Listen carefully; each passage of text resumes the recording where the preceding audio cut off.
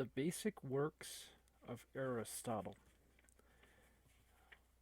Organon categories. There are said to be many equivocally when though they have a common name.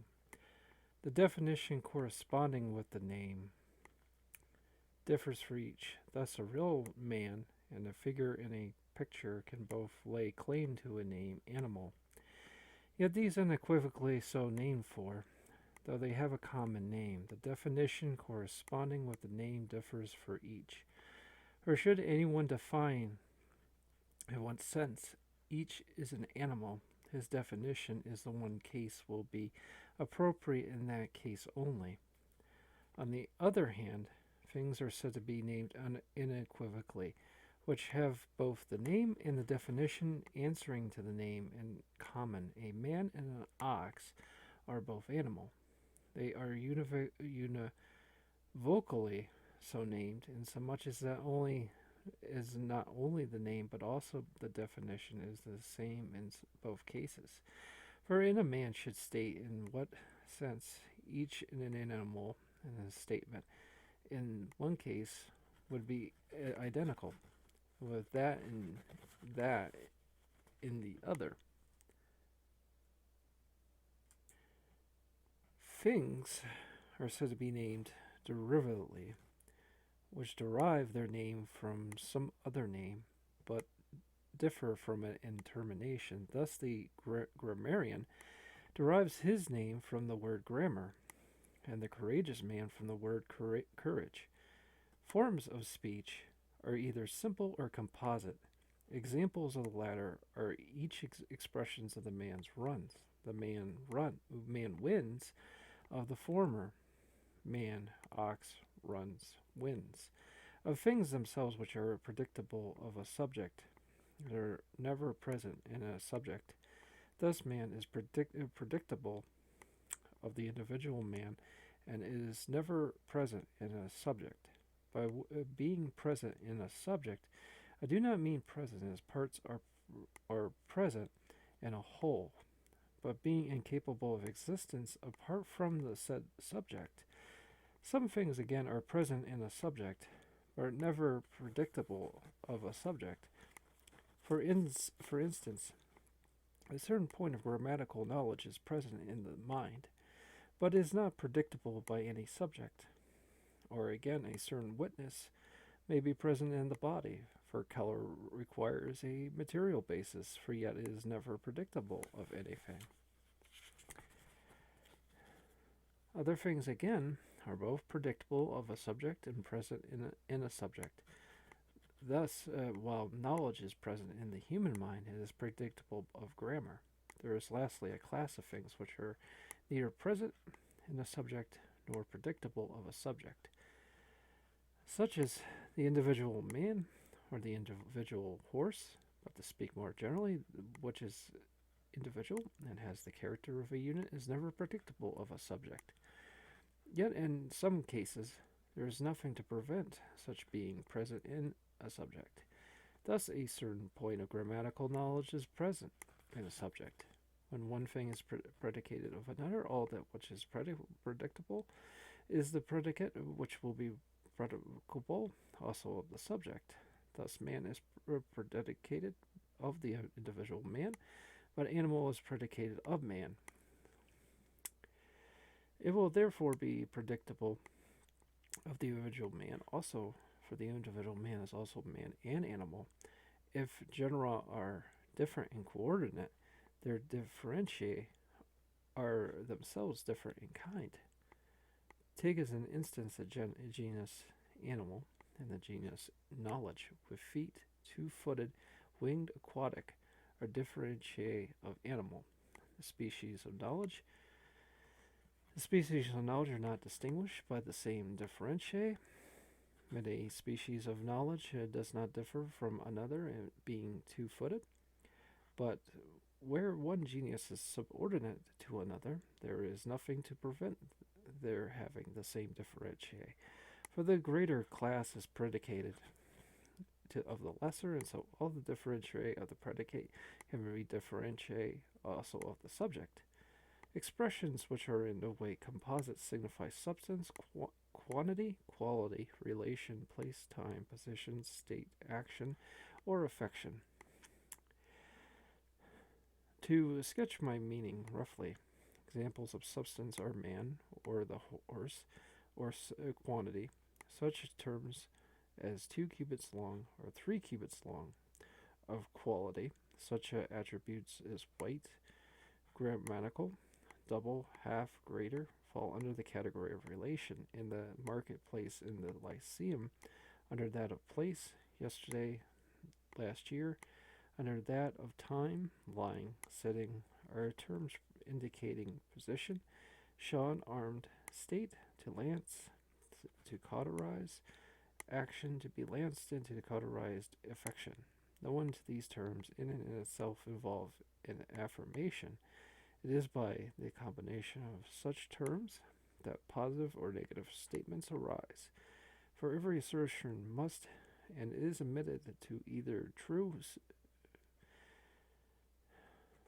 statements arising to be either true or false, whereas expressions are not in any way composite, such as man, white, runs, wins, cannot be either true or false. Substance in the truest and primary and most definite sense of the word, and that in neither predicable or of a subject nor present in a subject, for instance, the individual man or horse, but in a secondary sense, those things are called substances, within which as species and primary substances are included. Also those which as genera included the species. For instance, the individual man is included in the species man, and the genus in which the species belong is animal. Whence therefore that is, say, the species man and the genus animal are termed secondary substances. It is plain that has been said that both the name and the definition of the predicate must be predictable of the subject, for the name of the species animal is applied to the individual. For we use the term man in describing the individual, and the definition of man is also to be predicated of the individual man, for the individual man is both man and animal. Thus both the name and the definition of the species are predictable of the individual. With regard as to the other hand, to other things which are present in a subject, is generally the case that neither their name nor their definition is predictable, and that in which they are present, though, however, the definition is never predictable, there is nothing to certain cases to prevent the name being used. For instance, white being present in a body is predicated, and that in which is present. For a body is called white, and the definition, however, of the color white is never predictable of the body. Nothing except primary substances is either predictable of a primary substance or present in primary substance. This becomes evident by reference to particular instances which occur. Animal is predicated by the species man, therefore the individual man, for if there were no individual man of whom it could be predicated, it could not be predicated by the species man at all. Again, color is present in the body, therefore in the individual bodies, for if there were no individual body in which it was present, it could not be present in the body at all. Thus, everything except primary substances is either predicated by primary substances or is present in them.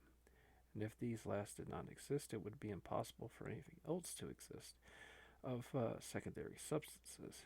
The species is more truly substance than the genus, being more nearly related to primary substance. For if anyone could render in an account of what a primary substance is, he would render a more instructive account, and one more proper to the subject, by stating the species than by stating the genus. Thus he would be a more instructive account of an individual man by stating that he was man, by stating that he was animal. For the former description is peculiar to the individual in a greater degree, while the latter is too general. Again, the man who gives an account of the nature of an individual tree would be more instructive. Would give a more instructive account of by mentioning the species tree by mentioning the genus plant. Moreover, primary substances are more properly called substances in virtue of the fact that there are entities which underlie everything else, that everything else is either predicated of them or present in them. Now, the same relation which subsists between the primary substances and everything else subsists between the species and the genus. For the species is to the genus as the subject is to the predicate. Since the genus is predicated to the species, whereas the species cannot be predicated to the genus, we have a second ground for asserting that the species is more truly substance than the genus. The species themselves, except in the case of each which are genera, no more is more truly substance than the other. We should not give a more appropriate account of the individual man by stating that the species in which he belonged than we should of the individual horse by adopting the same method of definition. In the same way of primary substances. No one is more truly substance than the other, and then an individual man is not more truly substance than an individual ox. It is then, for a good reason, that for all that remains that we exclude primary substances. We concede to species and genre alone the name secondary substance for those alone, for all the predicates convey a knowledge of primary substance. For it is by stating the species or the genus that we appropriate define any individual man, that we make any definition more exact by stating the former than by stating the latter. All other things that we state, such as that he is white and he runs and so on, are irrelevant to the definition. That is just that these alone, apart from the primary substances, should be called substances. Further, primary substances are most properly so called because they underlie and they are the subjects of everything else. Now the same relation that subsists between primary substance and everything else that subsists are also between the species and the genus, which are the primary substance belongs. On one hand, every attribute which is not included within these or the other, for these are the subjects of all such. If we call an individual man skilled in grammar, the predicate is applicable also to the species and to the genus into which he belongs.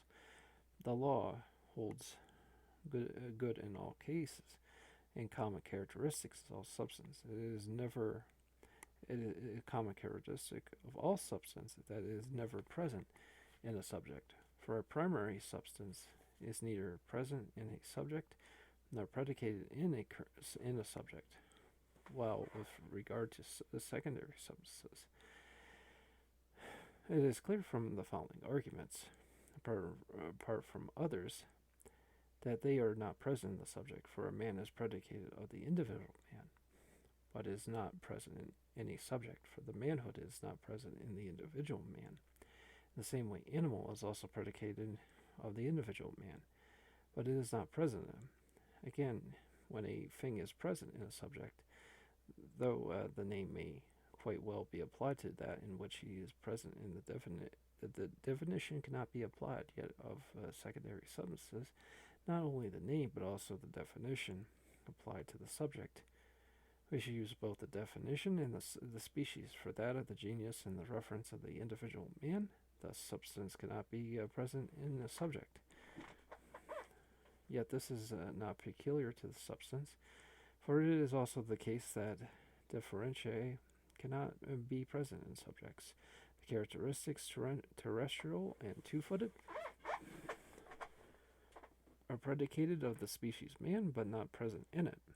May be predicated that of which the differentiae itself is predicated. For instance, if the characteristic terrestrial is predicated the species man, the definition also is that the characteristic may be used to form the predicate of the species man. The man is terrestrial.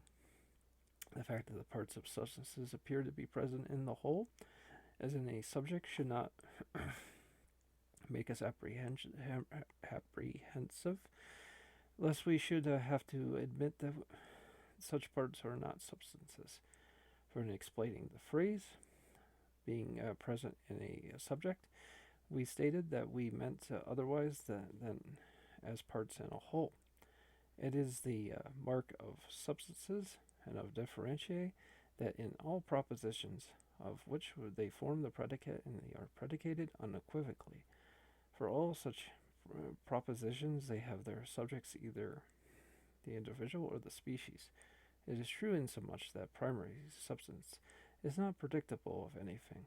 It is never formed of the predicate of any proposition, but of secondary substances. The species is predicated by the individual. The genus both of the species and of the individual. Primary differentiae predicated of the species and of the individuals. Moreover, the definition of the species, that the genus are applicable of primary substances, and that of the genus of the species. For all that is predicated with the predicate will be predicated also of the subject. Similarly, the definition of the differentiae will be applicable to the species and to the individuals, but it will be stated above, and the word univocal was applied to those which had both the name and the definition in common. It is therefore established that it is in proposition for whichever substance of a differentiae forms the predicate, and of the predicated unequivocally. All substance appears to signify which is individual. In the case of primary substance, this is indisputably true, for the thing is a unit. In the case of a secondary substance, when we speak, for instance, of man or animal, our form of speech gives the impression that we are here also to indicating that which is individual, but the impression is not strictly true, for a secondary substance is not an individual, a class with a certain qualification, for it is not one and single. In a primary substance is the words man, animal are predictable for more than one subject. Yet species and genus do not merely indicate quality, like the term white. White indicates quality, and nothing more further. But species and genus determine the quality in the reference to a substance. They signify substance qualitatively differentiated. The determinate qualification covers a larger field in the case of the genus than that of the species. He uses the word animal, and herein uses a word of wider extension. He uses the word man. Another mark of a substance is that it has no contrary. That could be the contrary to any primary substance, such as the individual man or animal. It has none. Nor can the species of the genus have a contrary. Yet this characteristic is not peculiar to substance, but is true of many other things, such as quantity. There is nothing that forms the contrary of 2 cubits long, or of 3 cubits long, or of 10, or of any other such term. A man may contend that such is the contrary of little, or great, or small, but of definite quantitative terms no contrary exists. Substance, again, does not appear to admit of variation or of degree. I do not mean by this that one substance cannot be more than or less truly substance than the other, for it has already been stated that this is the case, but that no single substance admits varying degrees within itself. For instance, one peculiar substance, man, cannot be more or less man either than himself, than the other time, or than some other man. One man cannot be more man than the other, as that which is white may be more or less white than some other white. object, or is that which is beautiful may be more or less beautiful than any other beautiful object. The same quality, moreover, is said to be subsistent in a thing that is varying degrees at different times. A body being white is said to be white. White is said to be whiter at one time than it was before, or being warm, said to be warmer or less warm than at some other time. But substance is not said to be more or less than what it is. A man is not more truly a man at one time than he is before, nor is anything that is substance less than what is substance. Then does not admit a variation of degree. The most distinctive mark of substance appears to be that, while remaining numerically one and of the same and incapable of emitting contrary qualities, from among things other than substance, we should find ourselves unable to bring forward any which possess this mark. Thus, one and the same color cannot be white and black, nor the same one action be good and bad. This law holds good with everything that is not substance, but one and the same self-same substance, while retaining its identity, it is capable of emitting contrary qualities. The same individual person is at one time white, is at another black, at one time warm, at another cold, at one time good, at another bad. The capacity is His capacity is found nowhere else, though it might be maintained that a statement of opinion has an exception to the rule. The same statement, it is agreed, can be both true and false. For the statement, he is sitting, is true, yet when the person in question has risen, the same statement will be false. The same applies to opinions. For if anyone thinks truly that a person is sitting, yet that person has risen, the same opinion, if yet still held, will be false. Yet although the exception may be allowed, there is nevertheless a difference in the manner in which the thing takes place. It is by themselves changing that the substances emit contrary qualities. It is thus that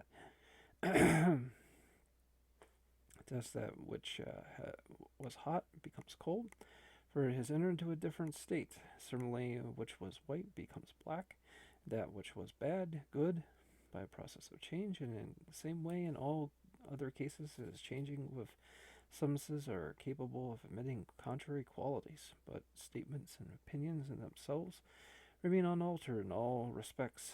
That is by the alteration in the facts of the case of the contrary quality becomes to be theirs. The statement he is sitting remains unaltered, but it is at one time true or another false according to the circumstances. What has been said of statements applies also to opinions. Thus, in respect of the manner in which the thing takes place, it is the peculiar mark of the substance and could be capable of emitting contrary qualities. For it is by itself changing that it does so.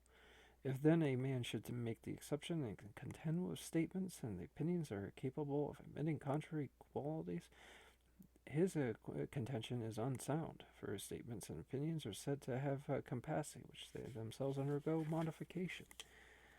But because his modification occurs in the case of something else, the truth of falsity of a statement depends on facts and not on any power onto the part of the statement itself admitting contrary qualities. In short, there is nothing which can alter the statement of statements and opinions, as then no change takes place in themselves. These cannot be said to be capable of emitting contrary qualities, but it is by reason of the modification which takes place within the substance itself. The substance is said to be capable of emitting contrary qualities, for a substance emits within itself either disease or health, whiteness or blackness, for it is in the sense that it is said to be capable of emitting contrary qualities. To sum it up, it is a distinctive mark of substance that while remaining numerically one and the same, it is capable of emitting contrary qualities. The modification takes place through a change in substance itself. But these remarks suffice on the subject of substance. Quantity is either discrete or continuous. Moreover, some quantities are such that each part of the whole is a relative position to the other parts within them, so much a relation of part to part. Instances of discrete qualities are number and speech, of continuous lines, surface solids, and besides these, time and place. In the case of the parts of the number, there is no common boundary in which they join. For example, two fives makes 10, but the two fives make no common boundary. They are separate. The parts 3 and 7 also do not join at any boundary, nor to generalize. Would it ever be possible in the case of number that there should be a common boundary between the parts, and there are always separate number, therefore is a discrete quantity. The same is true of speech. The speech is quantitative, is evident, for it is measured in a long and short syllabus. I mean here that speech, which is vocal. Moreover, it is discrete quantity, for its parts have no common boundary. There is no common boundary at which the syllables join, but each is separate and distinct from the rest. A line, from the other hand, it is a continuous quantity, for it is possible to find a common boundary for which its parts join. In the case of the line, the common boundary is the point, and in the case of the plane, it is the line of the parts of the plane which also have a common boundary. Similarly, you can find a common boundary in the case of the parts of a solid, namely either a line or a plane. Space and time also belong in this class of quantities. Time, past, present, and the future form a continuous whole. Space, likewise, is a continuous quantity, for the parts of a solid occupy a certain space, and these have a common boundary. It follows that the parts of a space also, which are occupied by the parts of the solid, have the most common boundary as the parts of the solid. Thus, not only time, but space also is a continuous quantity, for its parts have a common boundary. Quantities consist either of these parts which bear a relative position, each to each, or of parts which do not. The parts of the line bear a relative position to each other. For each lies somewhere, and it would be possible to distinguish each into state the position of each on the plane, and to explain to what sort of part among the rest of each was contiguous. Similarly, the parts of a plane have position, for it could similarly be stated that what was the position of each and what sort of parts were contiguous. The same is true in regards to the solid and to space, but it would be impossible to show that the parts of the number had a relative position to each other or a particular position, or to state which parts were contiguous, nor could they be done in the case of time.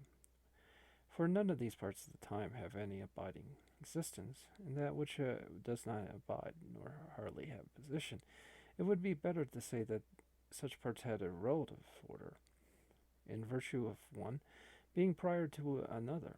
Similarly with number, in counting one is prior to two, and two to the three, and thus the parts of the number may be said to possess a relative order, though it would be impossible to discover a distinctive position of each other. This holds good also in the case of speech. None of its parts are abiding existence. When once a syllable is pronounced, it is not possible to retain it, so that naturally as the parts do not abide, they cannot have position. Thus these quantities consist of parts that have position, and some of these which have not. Strictly speaking, only the things which I have mentioned, along with the category of quantity. Everything else that is called quantitative is a quantity of a secondary sense. It is because we have in mind some one of these quantities, properly so called, that we apply quantitative terms to each other to other things. To speak what is white as large, because the surface over which the white extends is large, we extend it of an action or a process as lengthy because the time covered is long. And these things cannot in their own right claim the quantitative epithet. For instance, should anyone explain how long an action was, his statement would be made in terms of the time taken, to the effect that it lasts a year or something of that sort. In the same way, he would explain the size of a weight object in terms of surface. For he would state the area which is covered, thus the things already mentioned, and these alone are in their instructive nature quantities. Nothing else can claim the name in its own right, but if it at all, only in a secondary sense. Quantities have no contraries. In the case of a definite quantities, which is obvious, thus there is nothing that is contrary of 2 cubits long, or of 3 cubits long, or of a surface, or any other quantities. A man might indeed argue that much was the contrary of little, or great of small, but these are not quantitative, but relative. Things are not great or small absolutely. They are so called rather because of the result of an act of comparison. For instance, a mountain is called small, a grain's large,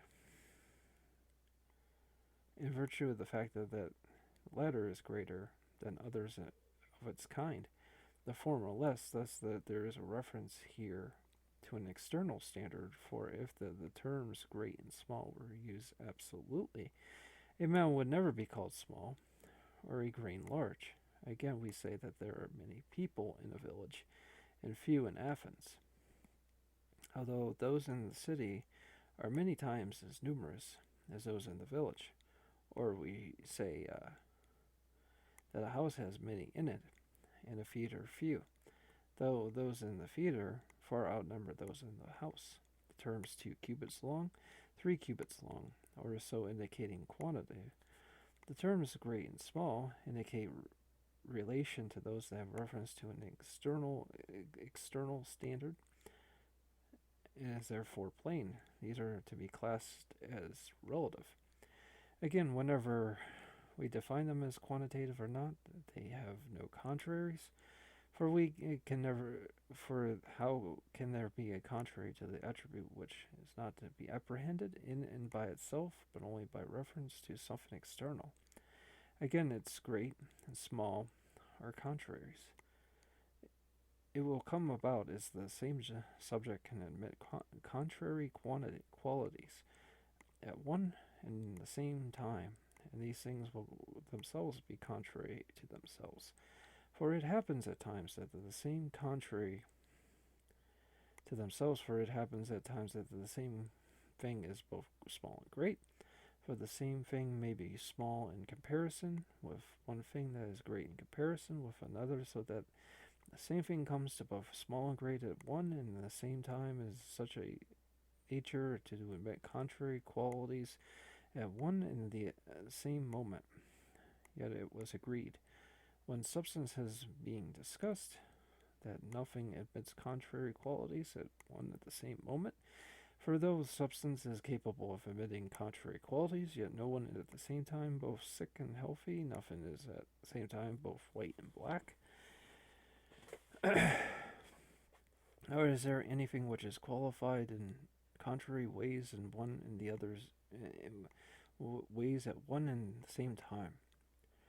Moreover, if there were contraries, they would themselves be contrary to themselves. For if great is the contrary of a small, And the same thing is both great and small at the same time, then small or great is the contrary of itself. But there is impossible the term great. Therefore, it is not the contrary of the term small, nor much of a little. Even though a man should call these terms not relative but quantitative, they should not have contraries. But it is in the case of space and the quantity most plausibly appears to be the admit of a contrary. For men define the term above as the contrary of below. Then it is the region of at the center, which mean by below. This is so because nothing is further from the extremities of the universe than the region of the center. Indeed, it is. Indeed, it seems that in defining contraries of every kind, men have recourse to a spatial metaphor, for they say that these things are contraries, which within the same class are separated by the greatest possible distance.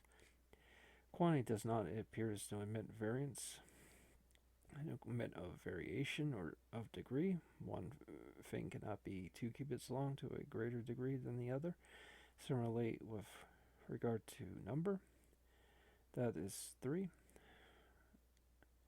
Is not one truly 3, then what is 5 is 5, and one set of 3 more truly 3 than another set. Again, one period of time is not said to be more truly time than the other, nor is there any kind of quantity. All that has been mentioned with regard to which variation of degree can be predicated. The category of quantity, therefore, does not admit of variation of degree. The most distinctive mark of quantity is that equality and inequality are predicated of it. Each of the aforesaid quantities are said to be equal or unequal. For instance, one salt is said to be equal or unequal to another. Number 2 and time that these terms apply to them. Indeed, all these kinds of quantity that have been mentioned. That which is not a quantity can by no means, it would seem, be termed equal or unequal to anything else. One particular disposition or one particular quality, such as whiteness, is by no means comparable with another. In terms of equality and inequality, but rather in terms of similarity. Thus, it is the distinctive mark of quantity, which can be called equal and unequal. These things are called relative, which being said to be of something else or related to something else, are explained by reference to that other thing. For instance, the word superior is explained by reference to something else. For a superiority over something else that is meant. Similarly, the expression double has this external reference, for it is the double of something else that is meant, for it is with something else of this kind. There are, moreover, other relatives, e.g., habit, disposition, perception, knowledge, and attitude. The significance of these is explained by a reference to something else and in no way other kind. Thus, a habit is a habit of something, knowledge is a knowledge of something, attitude is the attitude of something.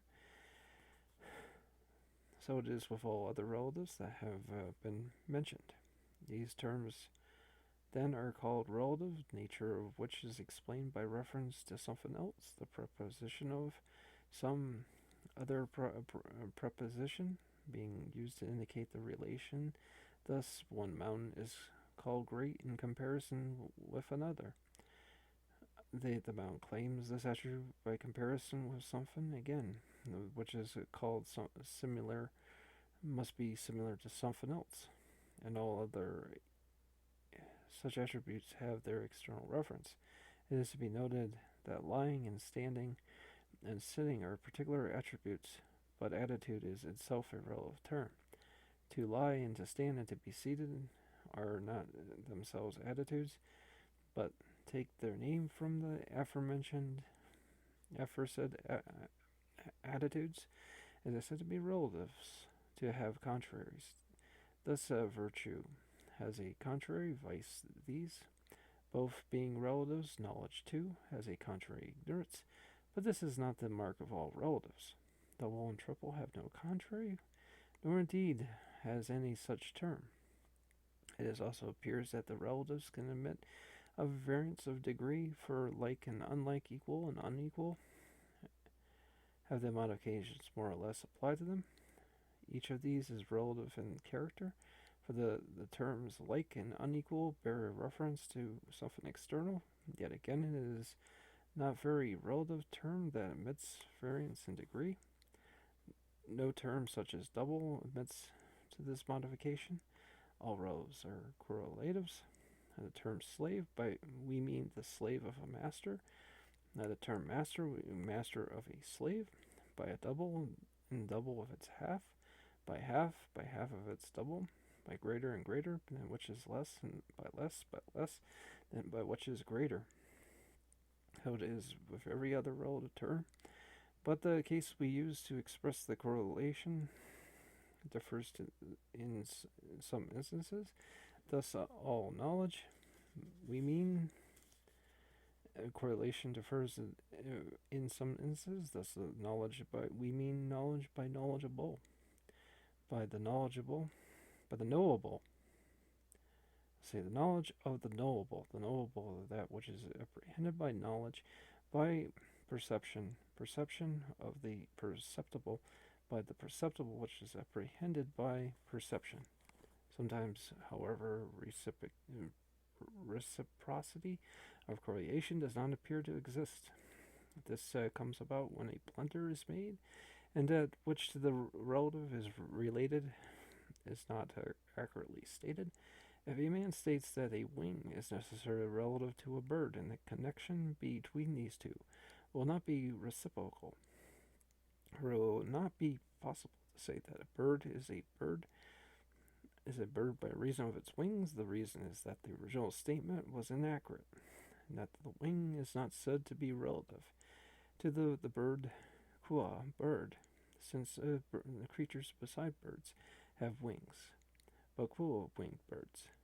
If then the statement is made accurate, the connection would be reciprocal, for we can speak of a wing and have reference necessarily to a winged creature, and of a winged creature, but is which such because of its wings. Occasionally, perhaps, it is necessary to coin words. If no word exists, then by which a correlation which adequately be explained. If we define a rudder as necessarily having reference to a boat, or a definition will be not be appropriate, for the rudder does not have this reference to a boat. Quote, boat. There are boats which have no rudders. Thus we cannot use the terms reciprocally, for the word boat cannot be said to have, and it cannot said to find its explanation. But the word rudder, as there is no existing word, our definition would perhaps be more accurate if we coin some word like ruddered. Is the correlative of rudder, if we express ourselves thus accurately, at any rate the term are reciprocally connected by the ruddered thing is ruddered in virtue of its rudder.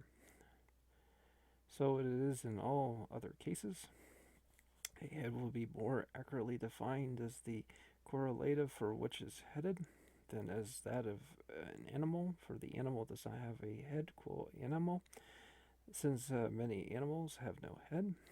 Thus we may perhaps most easily comprehend that which is a thing is related, then a name does not exist. If it not that which it has a name, we derive a new name and apply it to which that which is the first is reciprocally connected in the aforesaid instances. When we derive the word winged from winged and ruddered from rudder, all relatives then, if properly defined, have a correlative. I added this condition because if that is to which they are related is stated at haphazard, not accurately. The two are not found to be interdependent. Let me state that I mean more clearly that in the case of acknowledged correlatives, and their names exist for each, there will be no interdependence if one of the two is denoted, not by the name but expresses correlative notion, but by one of irrelevant significance. The term slave, if defined, is related not to a master but to a slave, but by a biped or anything of that sort. It is not reciprocally connected with that in relation to which it is defined for the statement that is not exact. Further, if one thing is said to be correlative of one of another, the terminology used is correct, then through all irrelevant attributes should be removed, and only that one attribute left in virtue of which it is correctly stated that to be correlative with that other.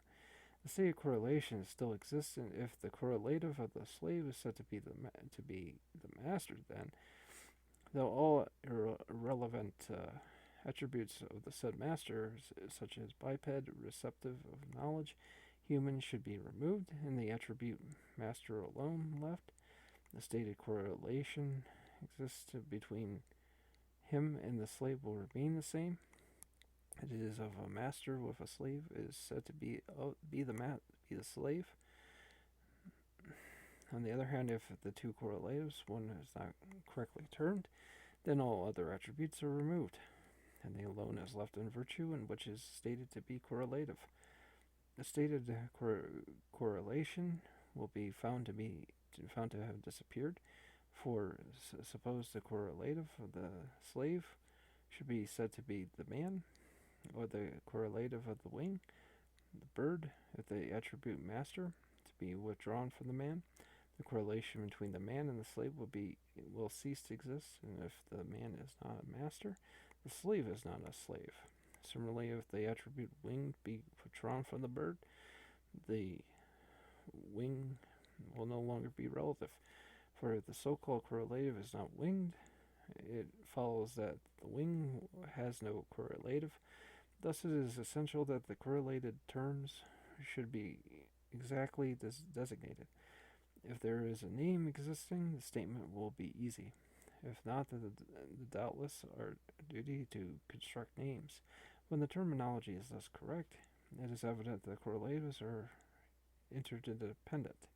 Correlatives, they come from existence simultaneously. There is no part, for the most part, true. It is in the case of the double and the half. Existence in the half necessitates the existence of that of the which is a half. Similarly, the existence of a master necessitates the existence of a slave, and that of a slave implies that of a master. There are merely instances of a general rule. Moreover, they cancel one another. If there is no double, it follows that there is no half, and vice versa. The rule also applies to such correlatives, yet it does not appear to be true in all cases. The correlatives come into existence simultaneously. The object of knowledge would appear to exist before knowledge itself, and it is usually the case that we acquire knowledge of objects already existing. It would be difficult, if not impossible, to find a branch of knowledge, the beginning of the existence of which contemporaneous that of its object. Again, while the object of knowledge, if it ceases to exist, cancels at the same time. The knowledge which has its correlative, the converse of which is not true. It is true that if the object of knowledge does not exist, then there can be no knowledge. For there would be no longer be anything to know, for yet they're equally true that the knowledge of a certain object does not exist. The object may nevertheless quite well exist.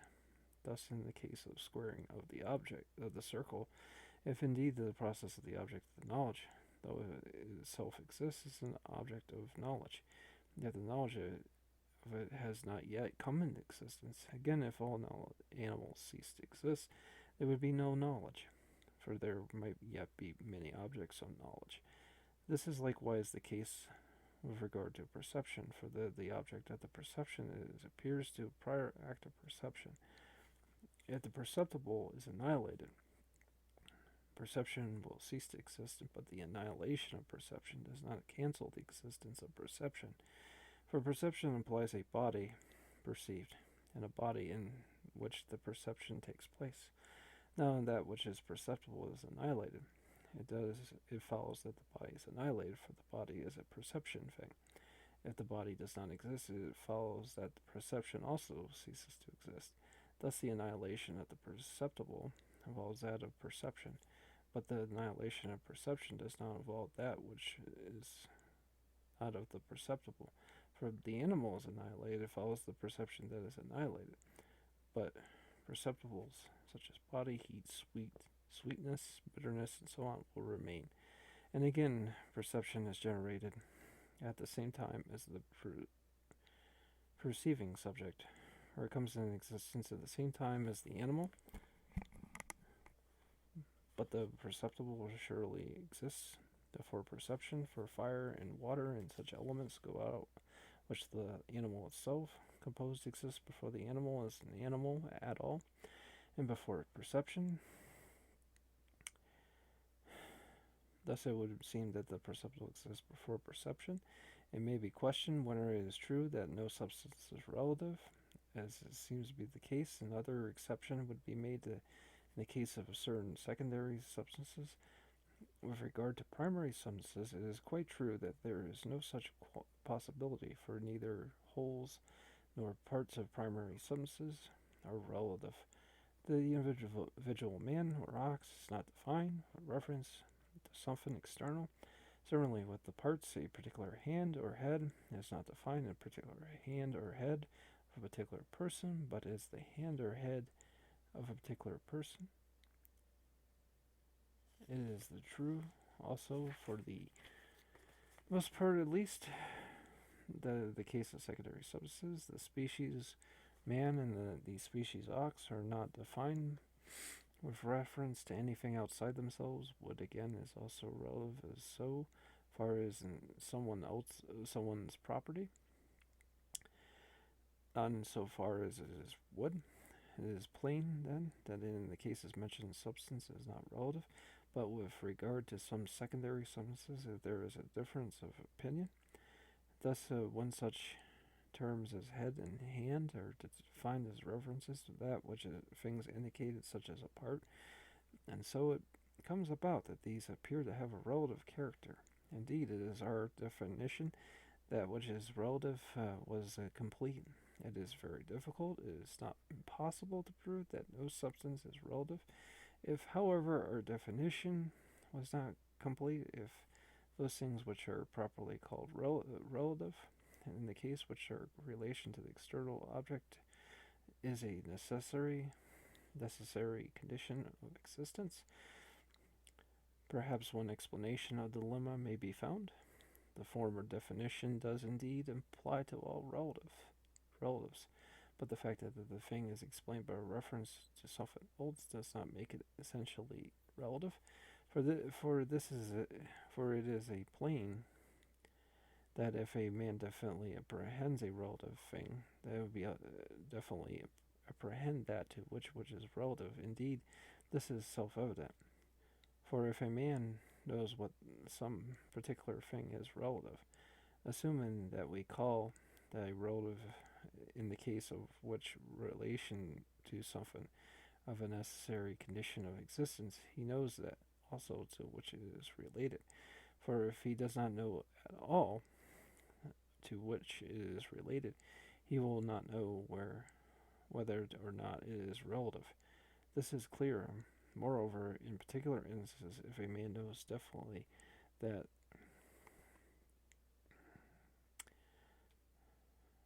that such and such a thing is a double, he will forthwith know definitely that which is a double. For if there is nothing definite of which he knows, it is to be double. He does not know at all which is a double. Again, if he knows there is a thing is more beautiful, it follows necessarily that he will forthwith and definitely know that which is more beautiful. He will not merely know definitely there is more beautiful than something that is less beautiful.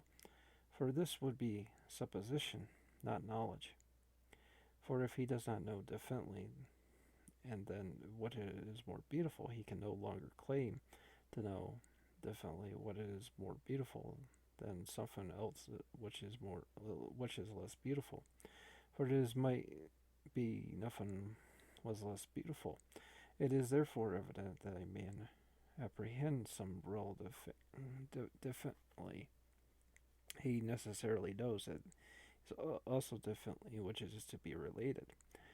Now the hand, and such things are substances. It is possible to know their essential character differently, but it does not necessarily follow that we should know that to which they are related. It is not possible to know forthwith whose head or hand is meant. The, these are not relatives, and this being the case, it would be true to say that no substance is relative in character. It is perhaps a difficult matter, in which cases to make a positive statement without a more exhaustive examination, but to have raised questions with regard to details and not without advantage.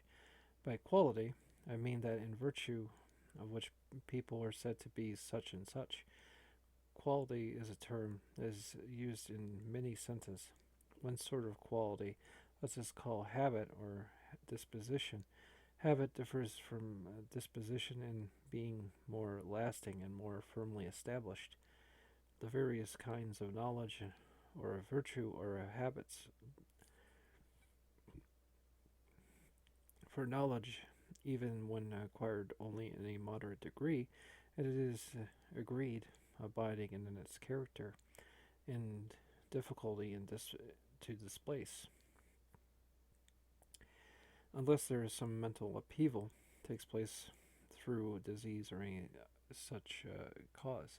The virtues also such as justice, self-restraint, and so on, are not easily dislodged or dismissed, or as to give place to vice. By disposition, on the other hand, we mean a condition that is easily changed and quickly gives place to its opposite. Thus, heat, cold, disease, health, and so on are dispositions. For a man is disposed in one way or the other with reference to these, but quickly changes, becoming cold instead of warm, ill instead of well. It is with all the dispositions also that, unless these elapse of time, a disposition has itself become inveterate and also impossible to dislodge, in which case we should perhaps go as far as to call it a habit. It is evident that men incline to call these conditions habits, which are of a more or less a permanent type, difficult to displace. For those that are not retentive of knowledge, but volatile, are not said to have such a habit of regards to knowledge, yet they are disposed, we may say, either better or worse towards knowledge. Thus, habit differs from disposition in such that while the latter is ephemeral, the former is permanent, difficult to alter. Habits are at the same time dispositions. Dispositions are not necessarily habits. For those that have some specific habit may be said to have a virtue of that habit. To be thus or thus disposed. But those that are disposed in some specific way have not in all cases the corresponding habit. Another sort of quality, that in virtue of which, for example, we call men good boxers or runners, or healthy or sickly. In fact, it includes all these terms which we refer to inborn capacity or incapacity. Such things are not predicated of a person in virtue or his disposition. but in virtue of his inborn capacity or incapacity to do something with ease or to avoid defeat of any kind.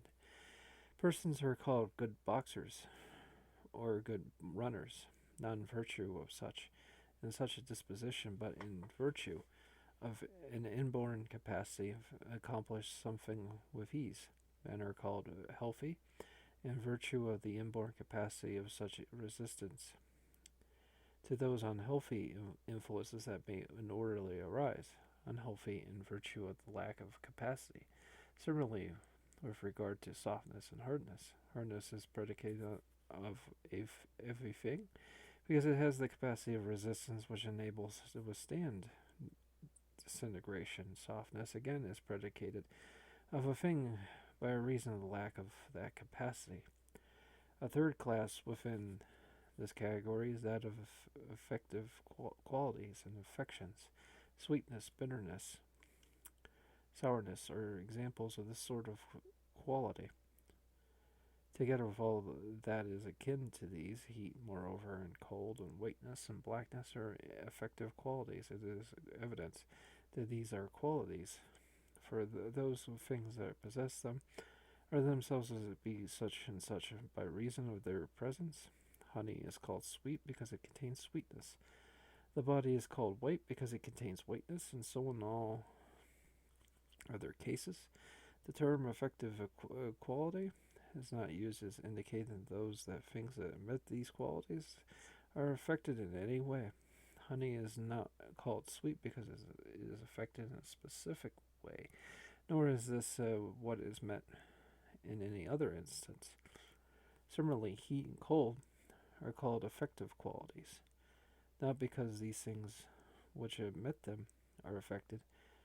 What is meant is that these said qualities are capable of producing an affection in the way of perception, for sweetness is the power of affecting the sense of taste, heat, that of touch, and so that is the rest of these qualities.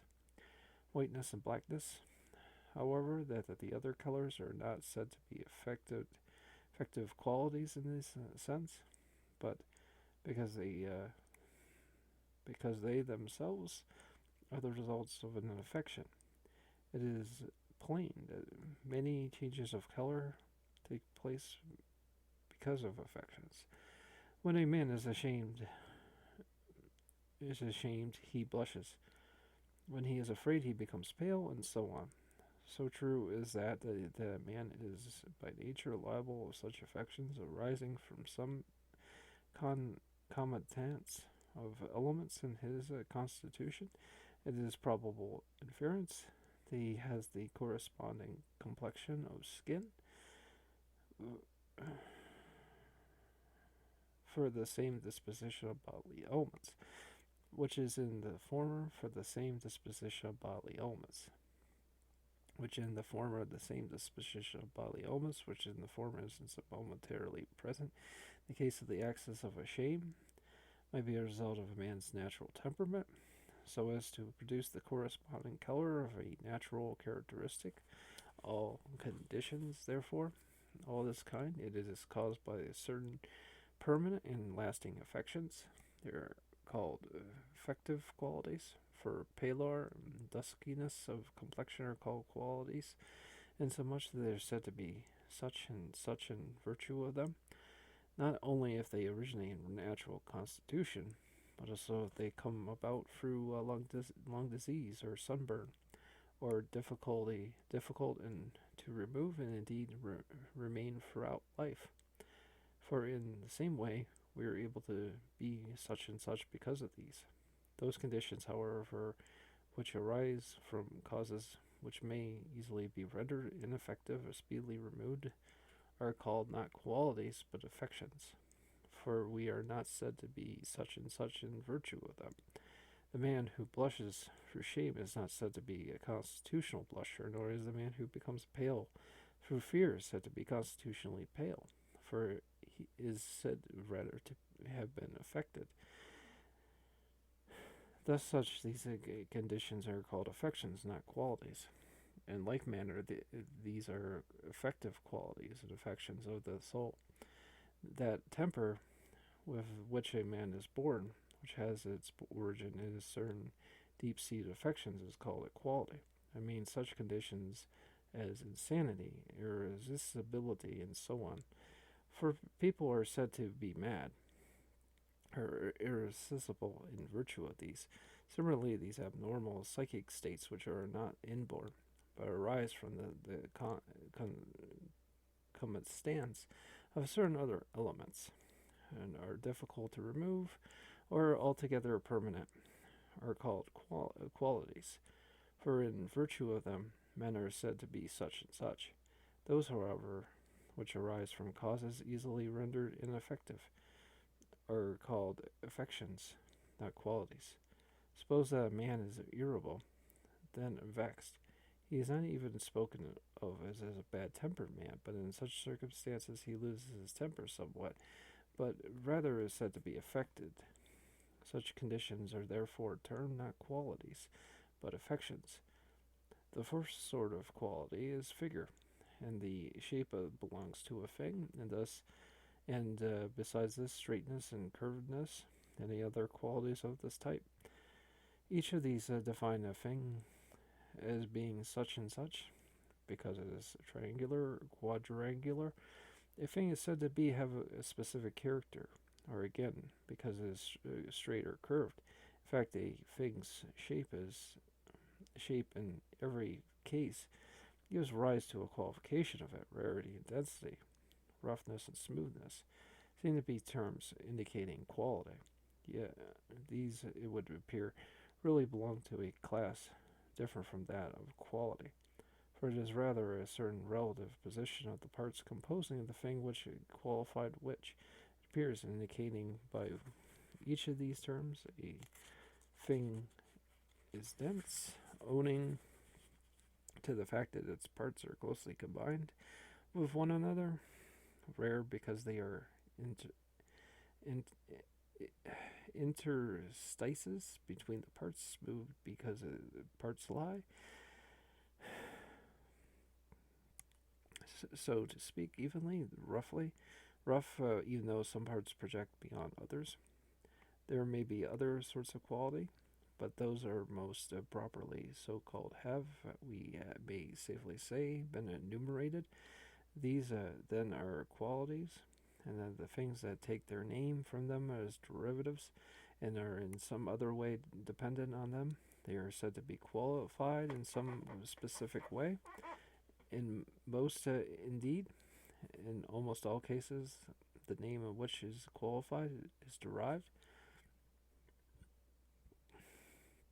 from that of the quality. Thus, the terms whiteness, grammar, justice give us the adjectives white, grammatical, just, and so on. These are some cases, however, in which is the quality under the consideration has no name. It is impossible for these possessed of it should have a name that is derivative. For instance, the name given to the runner or boxer, who is so called in virtue of an inborn incapacity, is not derived from that of any quality. Those capacities that have no name assigned to them. In this, that the inborn capacity is distinct from the science, and which reference which men are called, e.g., boxers or wrestlers. Such as a science is called classed by its disposition. It has a name, and it is called boxing or wrestling, as the case may be, and the name given to those dispositions in this way is derived from that of the science. Sometimes, even though a name exists for the quality, from what it takes its character, from the quality has a name that has not a derivative. For instance, the upright man takes his character from the possession of the quality of the integrity, but the name given him is not derived from the word integrity. Yet this does not occur often. We may therefore state that these things are said to be possessed of some specific quality, that a name derived from that of the aforesaid quality, from which we're in other way dependent on it. One quality may be the contrary of another. Thus, justice is the contrary of injustice, whiteness, or blackness, and so on. The things also which are said to be such in virtue and these qualities may be contrary to one to the other. And which is unjust is contrary to which is just, and which is white, is black, which is, however, is not always the case. Red, yellow, and such colors, other qualities, have no contraries, but one of two contraries is a quality. The other will be a quality. This is evident of particular instances. If we apply the names used to denote the other categories, for instance, grant that the justice is the contrary of injustice, and justice is a quality of injustice, will also be a quality. Neither quantity, nor relation, nor place, nor indeed any other category from that of the quality would be applicable properly to injustice without other contraries falling under the category of quality. Qualities admit of variation of degree. Whiteness is predicated of one thing in a greater or less degree than of another. This is also the case of the reference to justice. Moreover, one and the other the same exhibit equality in a degree or degree than it did before. If a thing is white, it may become whiter. Though this is generally the case, there are exceptions. For if we should say that justice admitted a variation of degree, difficulties might ensue, and this is true. With regard to all those qualities, which are dispositions, there are some, indeed, that are to dispute the possibility of variation here.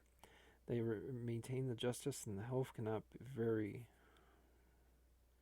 well admit a variation of degree themselves, but the people vary in the degree in which they possess these qualities. Which is the case of grammatical learning and all those qualities which are classed by dispositions, however they may be, an incontrovertible fact that the things which in virtue of these qualities are said to be that they are vary in the degree in which they possess them. For one man is said to be better versed in grammar, or more healthy, or just than another, and so on.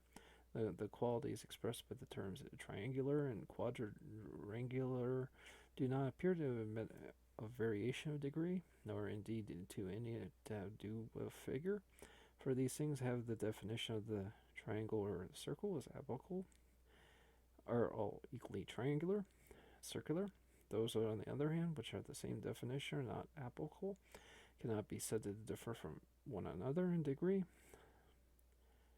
The square is no more a circle than the rectangle, for neither is the definition of the circle appropriate. In short, if the definition of the term proposed is not applicable to both objects, they cannot be comparable.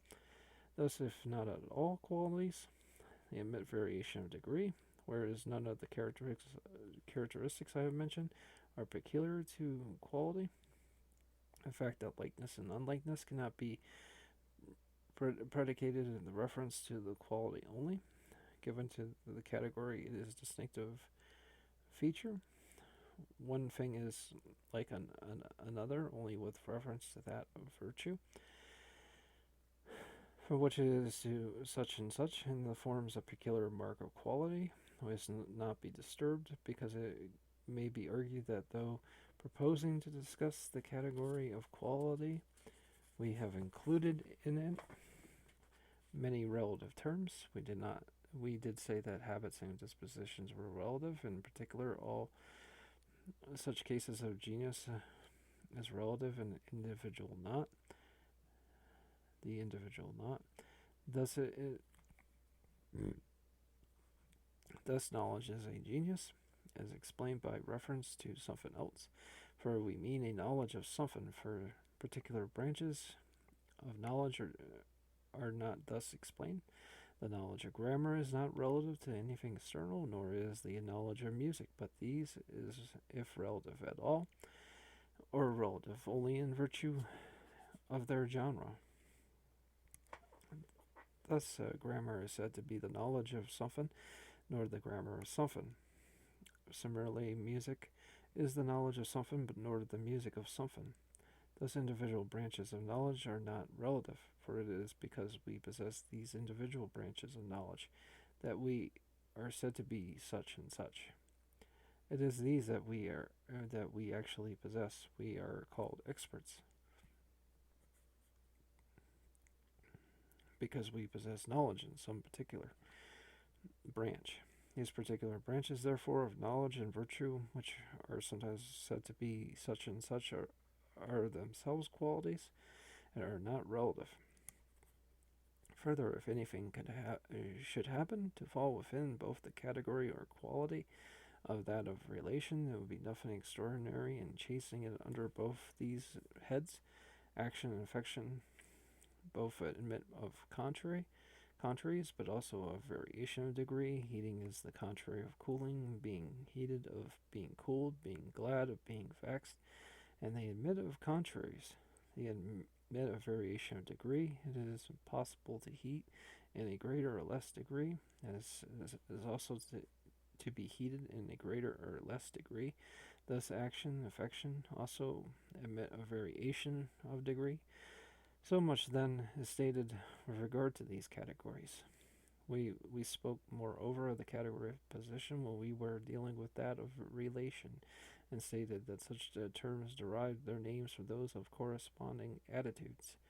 For the rest, time, place, state, since they are easily intelligible, I say no more about them than is said at the beginning, and that in the category of state are included such states as shod, armed, in that of the place in the Lyceum, and so on, as we explained before. The proposed categories have adequately dealt with. We must next explain the various senses in which the term opposite is used. Things are said to be opposed in four senses as correlative to one another, as contraries to one another, as privatives to privatives to positives, as affirmatives to negatives. Let me sketch by meaning and outline an instance in the use of the word opposite,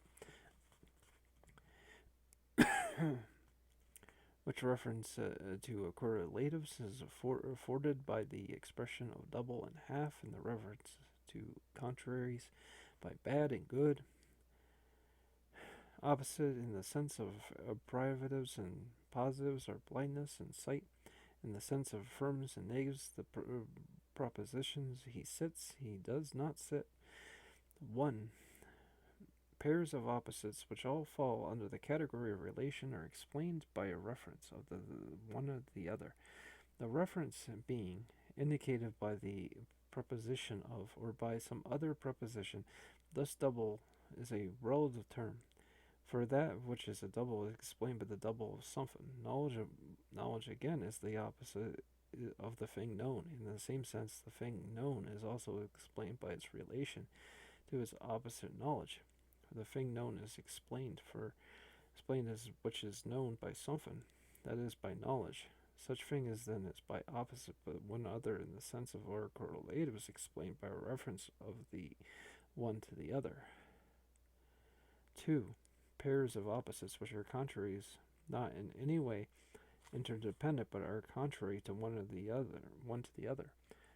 The good is not spoken of as the good of the bad, but of the contrary of the bad, or is the white spoken as the white of the black, or as the contrary of the black. These two types of opposition are therefore distinct. Those contraries which are such as that of the subjects in which they are naturally present, or of which that is predicated most necessarily, contain either of the one or the other of them, have no intermediate.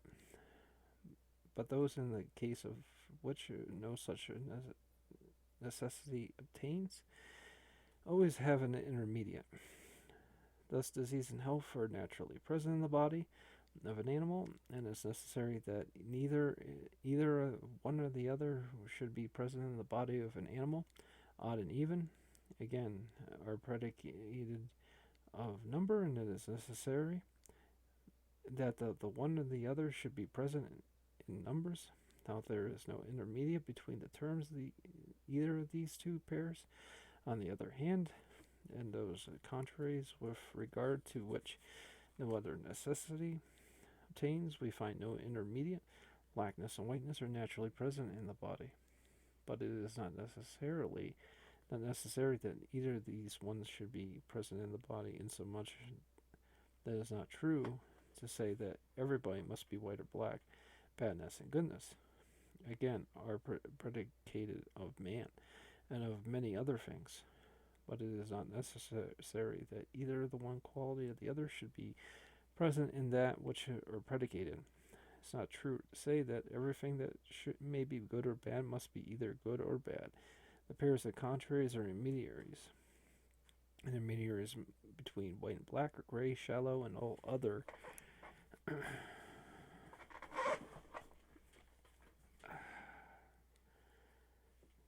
colors that come in between. The intermediate between good and bad is that which is neither the one nor the other. Some intermediate qualities have names,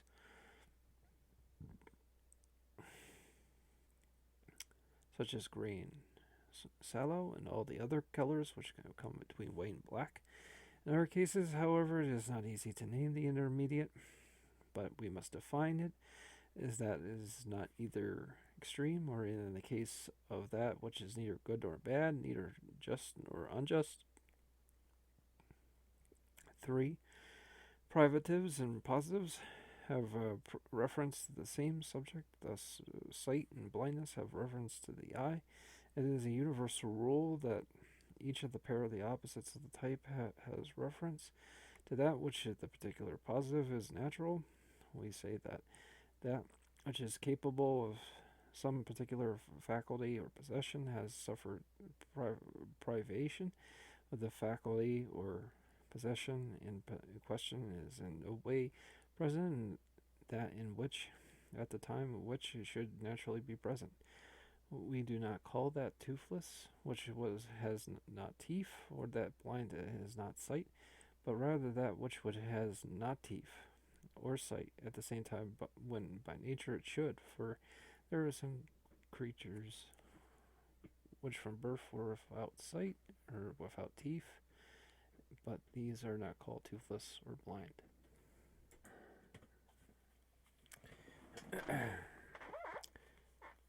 To be without some faculty, or to possess it, is not the same as the corresponding privative or positive. Sight is a positive, blindness is a privative, but to possess sight is not equivalent to sight. To be blindness is not equivalent to blindness. Blindness is a privative. To be blind is to be in a state of privation, but is not a privative. Moreover, blindness more equivalent to being blind. Both would be predicated of the same subject. But though a man is said to be blind, he is not by no means to be blindness. To be in a state of possession is to appear to be the opposite of being in a state of privation, just as positives and privations themselves are opposite. There is the same type of antithesis in both cases. For such a blindness is opposed to sight, so is blind opposed to have sight. That which is affirmed or denied is not itself affirmation or denial. By affirmation is means of affirmative proposition, by denial a negative. Now those facts which form the matter of the affirmation or denial are not propositions, yet these two are said to be opposed in the same sense as the affirmation and denial. For in this case also the type of antithesis is the same. For the affirmation is opposed to the denial, as to the two propositions: he sits, he does not sit. So also the fact that it constitutes the matter of the proposition. In one case is the opposed, that is the other. His sitting is to say to his not sitting. It is evident that positives and privatives are not opposed to each other in the same sense as relatives.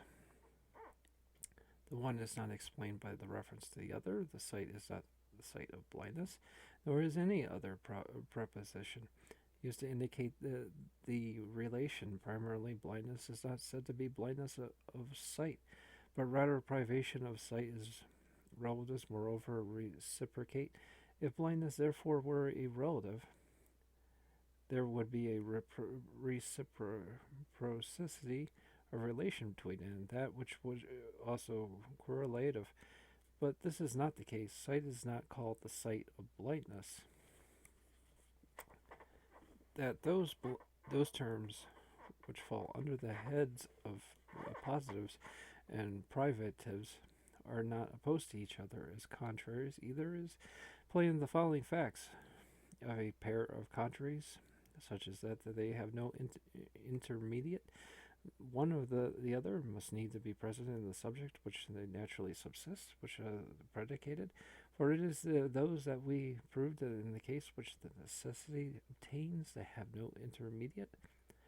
Moreover, we cited health and disease, odd and even as instances, but those contraries which have an immediate are not subject to any such necessity. It is not necessary that every substance receptive for such qualities, such be either black or white, cold or hot, or something immediate.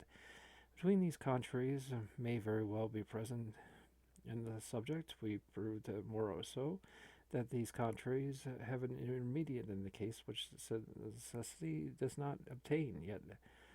One of the two contraries is a constitutive property of the subject. It is a constitutive property of fire to be hot, or snow to be white. It is necessary to terminate that one of the two contraries, not one or the other, should be present in the subject.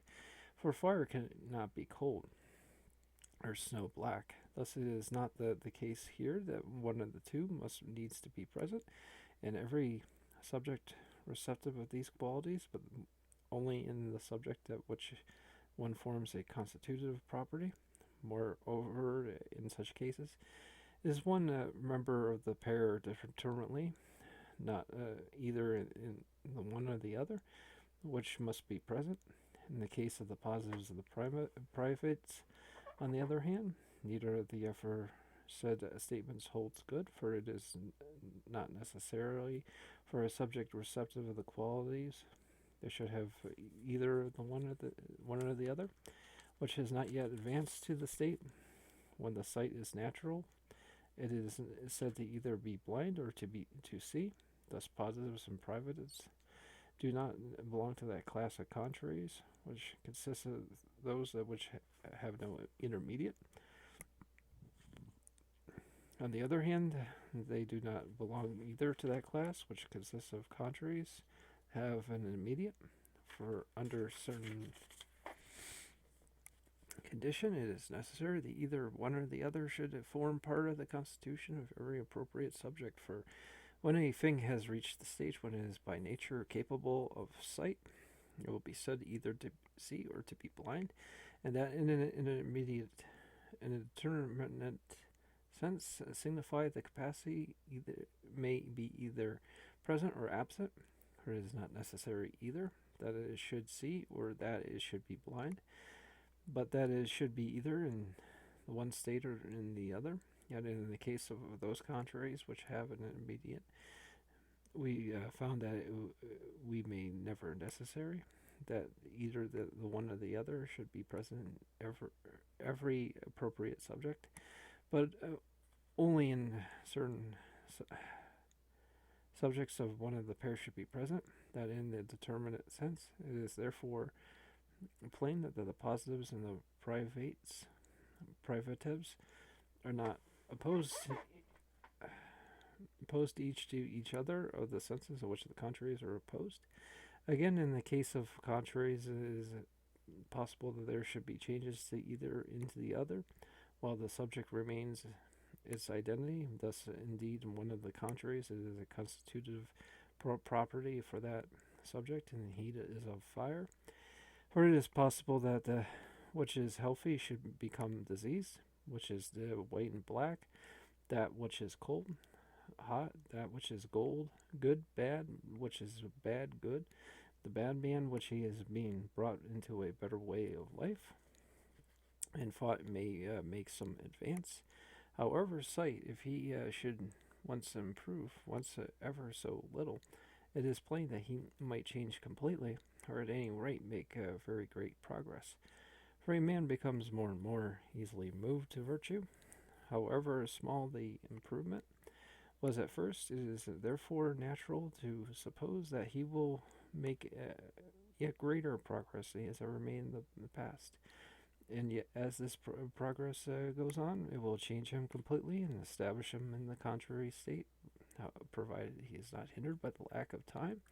It is the case of positives and privates. However, the change in both directions is impossible. That there is a change from possession to privation, but from privation to possession, the man who has become blind does not retain his sight.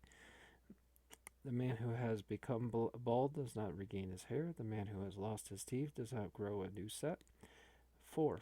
Statements opposed to as affirmation and negation belong manifestly to a class which is distinct, for in this case, and in this case only, it is necessary for one opposite to be true and the other false. Neither is the case of contraries, nor in the case of correlatives, nor in the case of positives and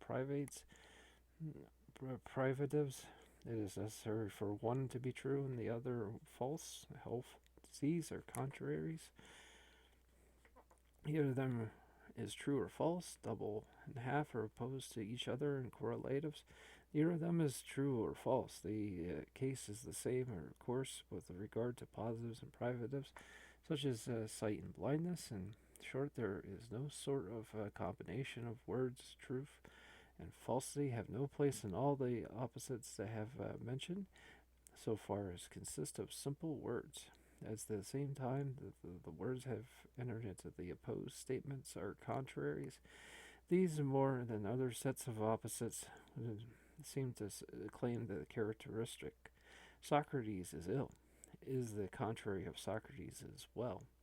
But not even as a composite expressions, it is true to say that one of the pair must always be true, the other false.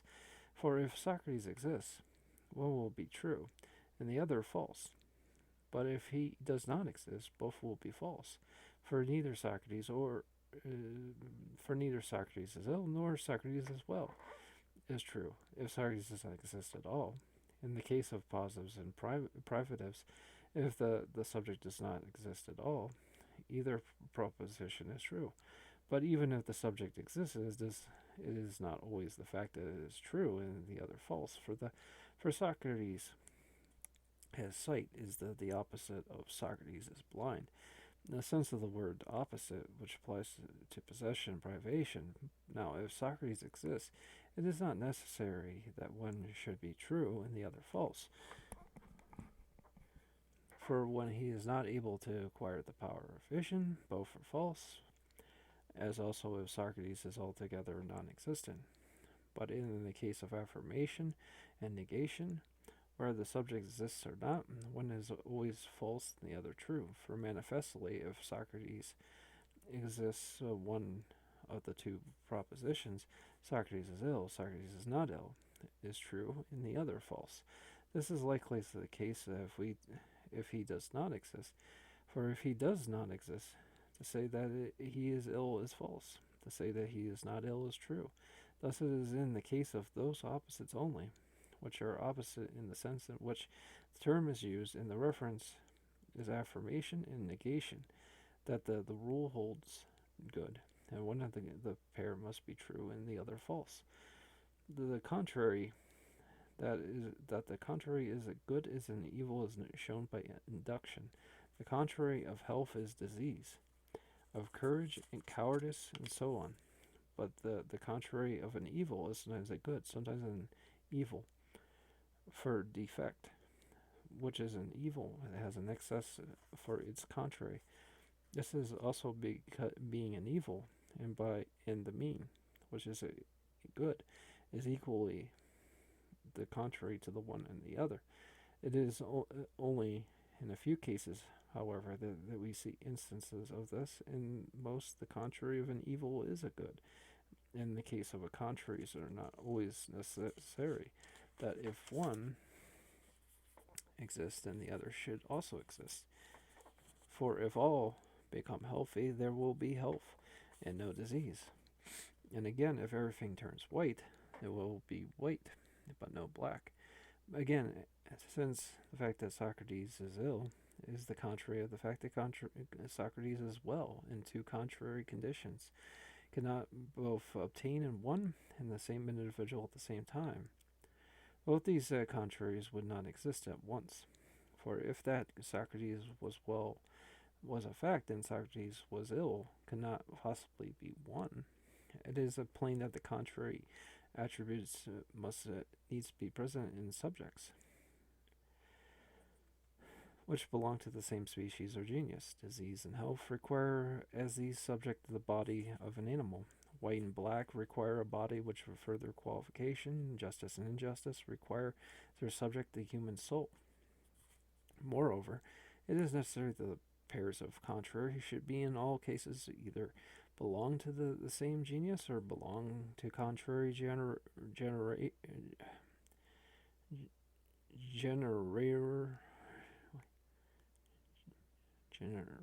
yeah, be themselves genera.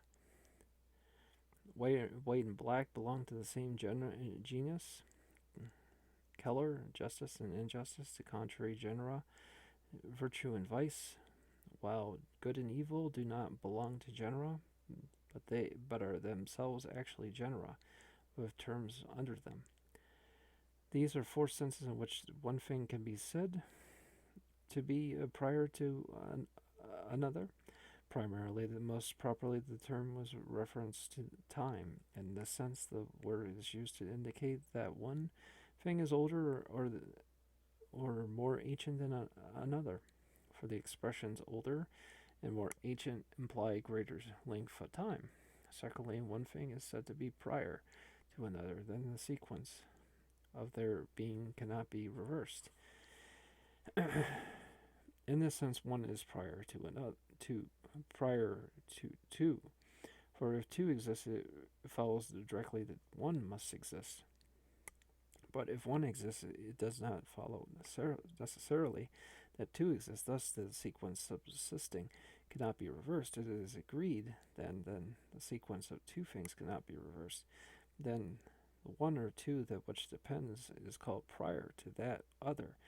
In the third place, the term prior is used with the reference to any order, and in the case of science or of oratory, for sciences in which use demonstration, which is that which is prior, that which is posterior in order.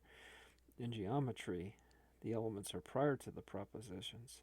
In reading and writing, the letters of the alphabet are prior to these syllables. Similarly, the case of the speeches in the exordium, and prior to, in order to the narrative. Besides the senses of the word, there is a fourth, which is better and more honorable to say than a natural priority. In common parlance, men speak of whom they honor and love as coming first with them. The sense of the word is perhaps the most far-fetched. Such are the same senses which the term prior is used. Yet it would seem that besides those mentioned, there is yet another. For in those things that being each implies that of the other, which is in any way the cause may reasonably be said to be by nature prior to the effect. It is plain that there are instances of this. The fact that being of a man carries with it the truth of the proposition that he is an implication of reciprocal. For if a man is the proposition therein, it is alleged that he is true, and conversely, if the proposition wherein we allege that he is true, then he is. The true proposition, however, is in no way the cause of the being of the man, but for the fact of the man's being does seem somehow to be the cause of the truth of the proposition, for the truth of the falsity of the proposition depends on the facts of the man's being or not being. Thus, the word prior may be used in five senses. The term simultaneous is primarily the appropriately applied to those things the genesis of one which is simultaneous to that which of the other. In such cases, neither is a prior or posterior to the other. Such things are said to be simultaneous in the point of time. Those things again are simultaneous in point of nature. The being of each involves that of the other, while at the same time neither is the cause of the other's being. This is the case with regard to the double and the half and the reciprocally dependent, since there is a double, there's also a half. And if there is a half, there is a double. And at the same time, neither are the cases of being of the other. Again, those species which are distinguished one from the other and opposed one to another within the same genus are said to be simultaneous. In nature, I mean those species which are distinguished from each other in the same method of division. Thus, the winged species is simultaneous with the terrestrial and the water species. These are distinguished within the same genus and are opposed each to each. For the genus animal has the winged and the terrestrial, and the water and the species, and the water species, and no one of these is prior or posterior to another. And the contrary, all these things appear to be simultaneous to nature. Each of these, also the terrestrial, the winged, and the water species, can be divided again into subspecies. These species then will be simultaneous to the point of nature, which belonging to the same genus are distinguished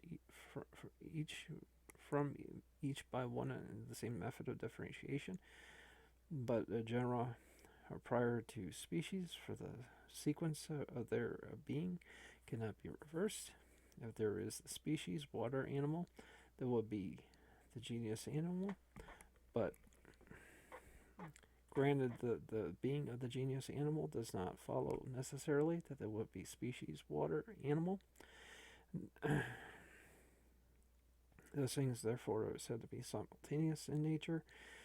The being of each which involves the other, while at the same time neither is in any way cause of the other being.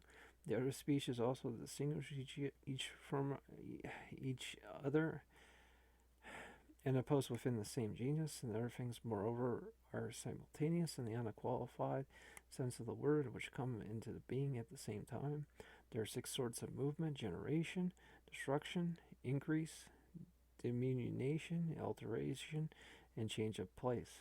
It is evident that in all but one case, all these sorts of movement are distinct each from each. Generation is distinct from destruction, increase and change is place from diminution, so on. But in the case of alteration, be argued that the process necessarily implies one or other from each 5 sorts of motion. That is not true. That all affections are nearly all produced in us. An alteration which is distinct from all other sorts of motion, for that which is affected needs not suffer neither increase nor diminution of any other sorts of motion. Thus, alteration is a distinct sort of motion, for it is, if it were not, the thing altered would not only be altered, it will forthwith necessarily suffer increase of diminution, as with one of the sorts of motion in addition, which is a matter of fact, is not the case. Similarly, which was undergoing the process of increase, which subject to some other sort of motion would, if alteration would have a distinct form of motion, necessarily to be a subject in alteration also, but also some things that undergo increase just yet not alteration. The square, for instance, if a gnomon is applied to it, undergoes increase but not alteration, for the figures of sort. Alteration and increase therefore are distinct. Speaking generally, rest is the contrary of motion, but the different forms of motion have their own contraries of other forms. Thus, the destruction is the contrary of generation, diminution of increase, rest in a place of change of place. For this last change in the reverse direction would seem to be the most true, is contrary. Thus, motion upward is the contrary of motion downward, and vice versa. In the case of the sort of motion which yet remains of those that have been enumerated, it is not easy to state what it is its contrary. It appears to have no contrary unless one would define the contrary. Here also either is rest in its quality or is change in the direction, the contrary quality. This, just as we defined in the contrary of change of place either as the rest is a place as a change in the reverse direction. For a thing is altered when change of quality takes place. Therefore, either a rest is its quality or change in the direction. The contrary quality may be called the contrary of this qualitative form of motion. In this way, becoming white is the contrary of becoming black. There is an alteration in the contrary direction since a change of qualitative nature takes place. The term to have is used in various senses. In the first place, it is used for the reference to habit and disposition of any other quality, for we is said to have a piece of knowledge or a virtue. Then again, it has reference to quantity. For instance, in the case of a man's height, it is said to have a height of 3 cubits or 4 cubits. It is said, moreover, with regard to apparel, a man is said to have a coat or tunic in respect to something which we have a part of ourselves as a ring on the hand, or in the respect of something which is part of us, as hand or foot. The term refers also to content, as in the case of vessel and wheat, or of a jar and wine. A jar is said to have wine, and a corn measure wheat. The expression in the cases of reference to content, or refers to that which has been acquired. We are said to have a house or a field. A man is said to have a wife and a husband. This appears to be the most remote meaning of the term, for by the use of it we mean simply that the husband lives with his wife. Other senses of the word might perhaps be found that the most ordinary ones have all been enumerated.